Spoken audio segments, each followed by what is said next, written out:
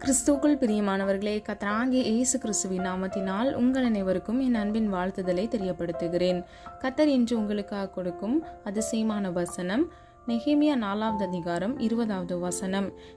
நீங்கள் எவ்விடத்திலே எக்கால சத்தத்தை கேட்பீர்களோ அவ்விடத்திலே வந்து எங்களோட கூடுங்கள், நம்முடைய தேவன் நமக்காக யுத்தம் பண்ணுவார். ஹல்லேலூயா. பிரியமானவர்களே, கர்த்தர் நமக்காக யுத்தம் பண்ணுவார்.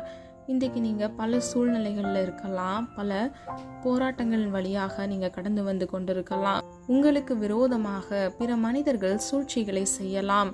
எனக்காக யார் யுத்தம் செய்வார், எனக்காக யார் பரிந்து பேசுவார் என்று நீங்கள் யோசித்து கொண்டிருக்கலாம். ஆனால் பிரியமானவர்களே, கர்த்தர் இந்த வசனத்தின்படி உங்களுக்கு உறுதிப்படுத்துகிறார். அவர் உங்களோட கூட இருந்து உங்களுடைய தேவனாக உங்களுக்காக யுத்தம் பண்ணுவார். ஹல்லேலூயா. யாத்ராகமம் 14வது அதிகாரம் 14வது வசனம். கர்த்தர் உங்களுக்காக யுத்தம் பண்ணுவார், நீங்கள் சும்மா இருப்பீர்கள் என்றான். ஹல்லேலூயா.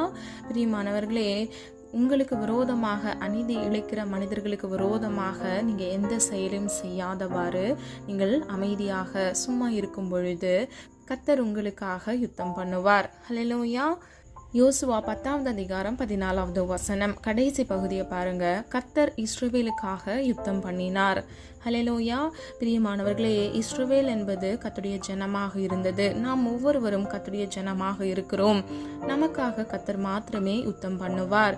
எப்படி இஸ்ரவேல் ஜனங்களுக்கு கர்த்தர் யுத்தம் செய்து அவர்களுக்கு நேர்ந்த அநீதியை எகிப்து தேசத்தில் தட்டி கேட்டாரோ, அதே போல நம்முடைய வாழ்க்கையில் நமக்கு விரோதமாக இந்த உலகத்தில் எழும்புகிற மனிதர்களுக்கு விரோதமாக கர்த்தர் யுத்தம் பண்ணுவார். நமக்கான நீதியை அவர் சரி கட்டுவார்.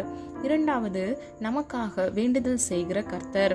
ஆதார வசனம் ரோமர் 8வது அதிகாரம் 34வது வசனம். கிறிஸ்துவே மரித்தவர், அவரே எழுந்தும் இருக்கிறவர், அவரே தேவனுடைய வலது பாரிசத்திலும் இருக்கிறவர், நமக்காக வேண்டுதல் செய்கிறவரும் அவரே. ஹல்லேலூயா.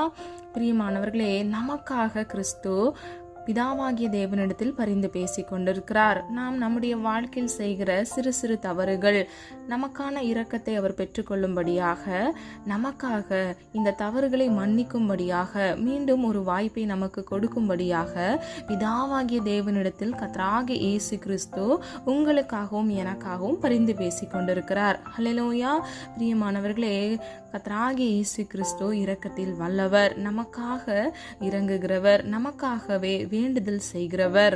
அவர் மரித்தார், மீண்டும் நமக்காகவே 3ஆம் நாள் உயிரோடு எழும்பினார். ஹல்லேலூயா. யாரெல்லாம் விசுவாசிக்கிறீங்க? விசுவாசிக்கிறவங்க ஆமென் சொல்லுங்க.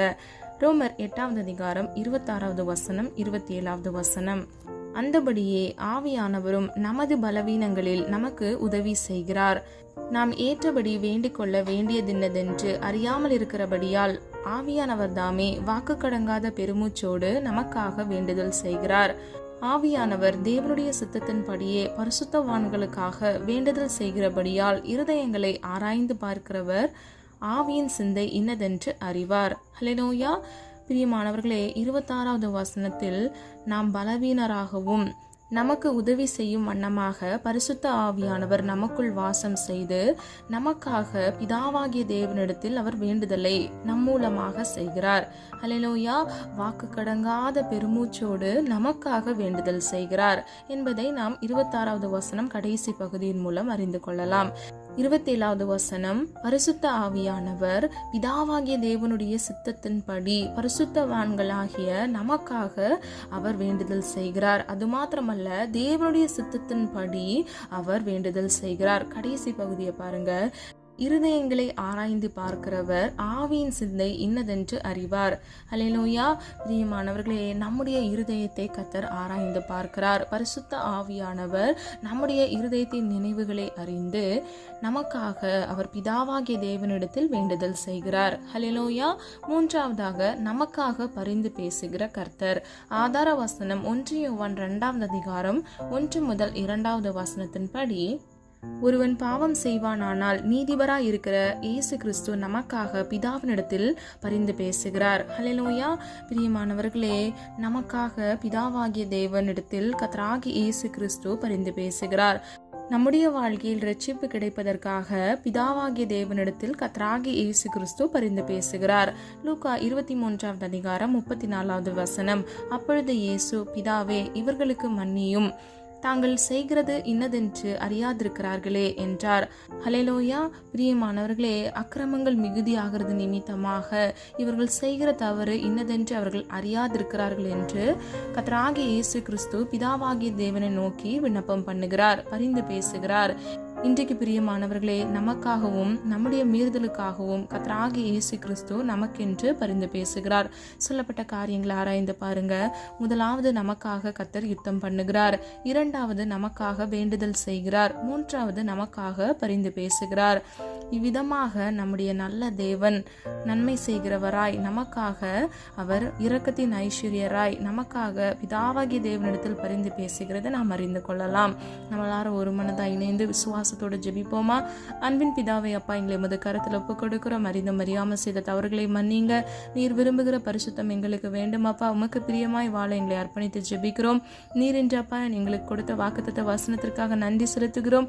நீர் எங்களுக்காக யுத்தம் பண்ணுகிறீர், அதற்காக நன்றி. எங்கள் நீதியையும் நியாயத்தையும் பட்ட பகலை போல விளங்க பண்ண போகிறீர், அதற்காக நன்றி செலுத்துகிறோம் அப்பா. எங்களுக்காக வாக்கு கடங்கா பெருமூச்சோடு பரிசுத்த ஆவியானவரே, நீர் பிதாவாகிய தேவனிடத்தில் எங்களுக்காக பரிந்து பேசுகிறீர், அதற்காக நன்றி செலுத்துகிறோம் அப்பா. எங்களுக்காக நீர் வேண்டுதல் செய்கிறீர், அதற்காக நன்றி. எங்கள் இருதயத்தின் மன விருப்பத்தை நீர் அறிந்திருக்கிறீர், எங்கள் இருதயத்தின் நினைவுகளை ஆராய்ந்திருக்கிறீர், அதற்காக நன்றி அப்பா.